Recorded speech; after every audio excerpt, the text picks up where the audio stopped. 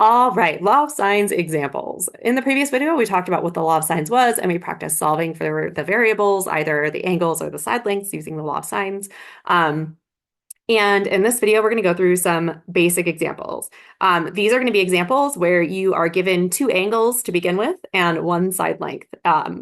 If you're looking for the problems where you're given one angle to begin with and two side lengths, that will be in a later video. That's going to be in the ambiguous case video.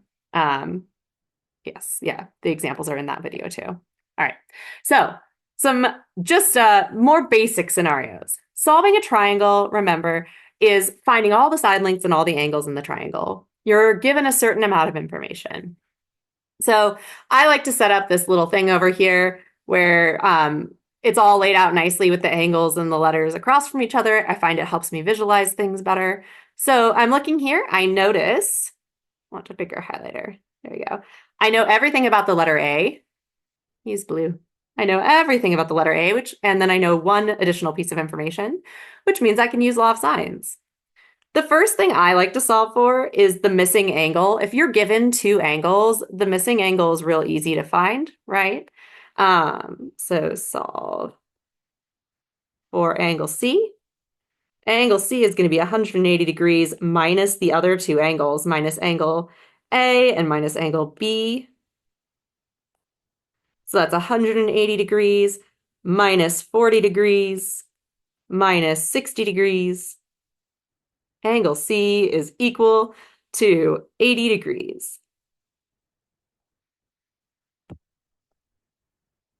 80 degrees. All right. Next. We're going to break it into, there's going to be three things to solve for, so I'm just going to chop it up into those pieces right now. Oh, but hold on, I'll make my lines nice. All right, much nicer. All right, now that we have all of our angles, it's the same process for both of these missing side lengths, B and C. I'm going to go with B first. It doesn't matter who you do first. We have half of B, so that's what we need. We need all of one letter, half of another. Solve for baby B. So if baby B is what we're solving for, that's what goes on top, right? Over sine of angle B is equal to A sine of angle A. That means B is equal to, baby A is 4 sine of angle B, because it gets multiplied over. If you are having trouble following what math happens from here to here, suggest watching the previous video where we talked about the rearrangements of these. I'm assuming it is mental math for you at this point. So 4 sine of, where was I? Sine of angle B, B is 60 degrees, all divided by sine of angle A, which is 40 degrees, sine of 40 degrees. If you plug this in your calculator, you should get B is equal to 5.4. I'm just going to round it to one decimal place because it's round to the nearest 10. 5.4. Now, there will be times when you do want to keep more decimal places than you're required to, and I will talk about those situations when we get to them. All right, the last piece, we do the same exact process for angle C.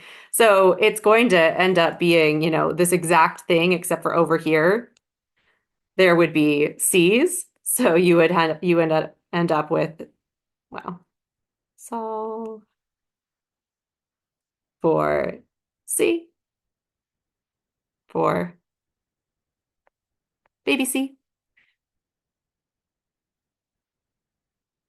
You would have sine baby C over sine of angle C. We know what angle C is. It's 80.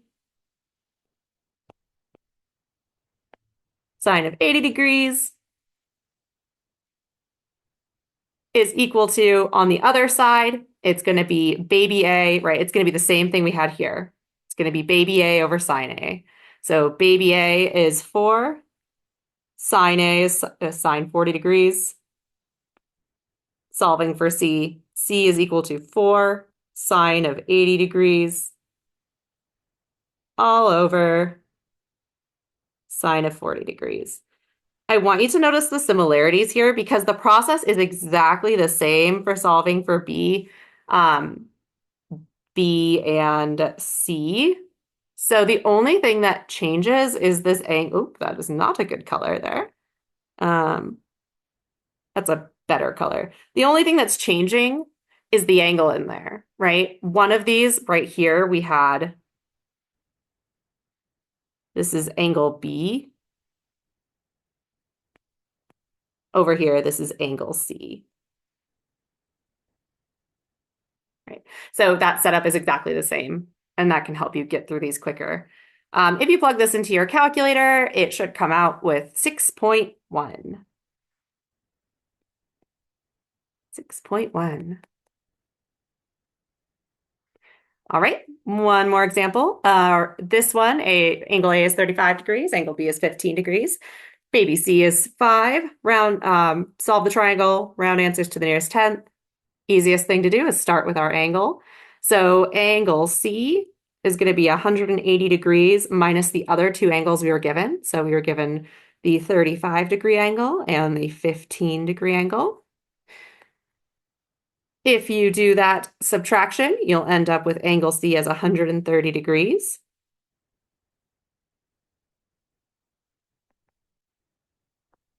And then,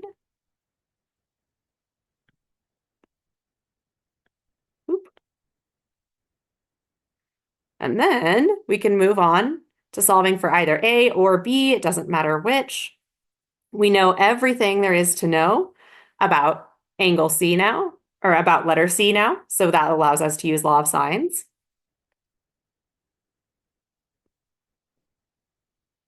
We know everything about them, so we can do law of sines. I'm going to do A first. So solving for A, maybe I will just write out the whole piece here. We're using C, so on the other side, baby C over sine C.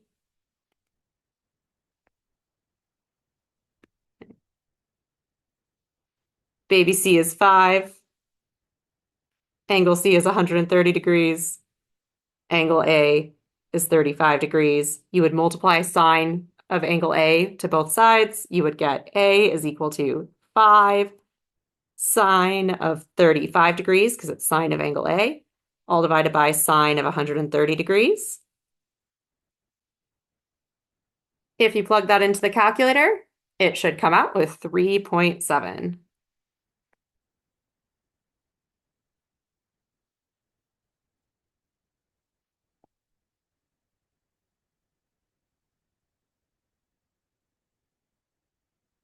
All right.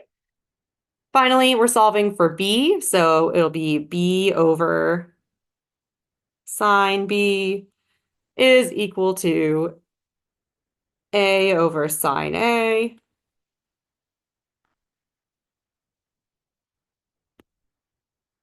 Angle B is 15 degrees. Baby A is 3.7.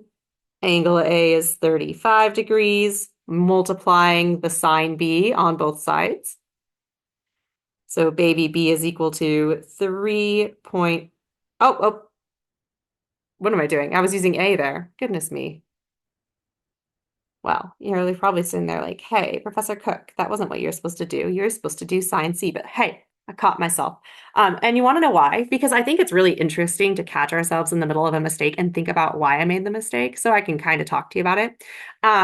I was thinking to myself, wait a second, why am I using a rounded number? These problems shouldn't need rounded numbers for the angles because or for solving them because you're given this information here, which those are whole numbers that we were given, right? That they were given to, these are numbers that were given to us. Essentially, C was given to us. This is a number given to us. There shouldn't be any part of the setup that involves plugging decimals in if it's a situation where we started with two angles. That was what my brain was thinking. Why am I using that number? Because I shouldn't use a number that was rounded to the 10th. In other calculations, if you're going to use a number from up here in a calculation, you should keep 4 decimal places. We'll talk about that in the next video. Anyway, that was my mistake and I caught it. Sine of angle C, boop, right there. Baby C is 5. Angle C is 130 degrees. So B is equal to not 3. but 5 sine of angle B, which is 15 degrees, all over sine of 130 degrees. You might say, Professor Cook, edit the video so that mistake is gone. Absolutely not. Do you know how much work it is to learn how to edit videos? I'm not paid enough to learn video editing software at this point in time. But though if a student would like to teach me video editing, I'm all up for it. Okay. Plug this in your calculator, wham bam, thank you, ma'am. It comes out to 1.7. Now, I want to mention a quick thing on checking your work here. So, one thing about triangles is the largest side is always opposite the largest angle. The smallest side is always opposite the smallest angle. And the medium side is opposite the medium angle. And this is a good way to check your work. You can catch some errors sometimes when you do this. I actually have caught my errors by doing this.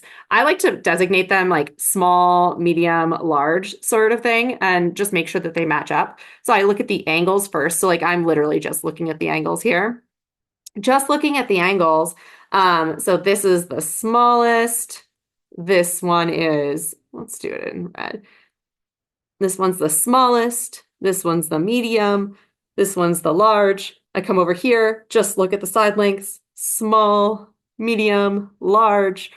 Do they match up? Yes. Small, medium, large. Come down here, right? This is small, medium, large.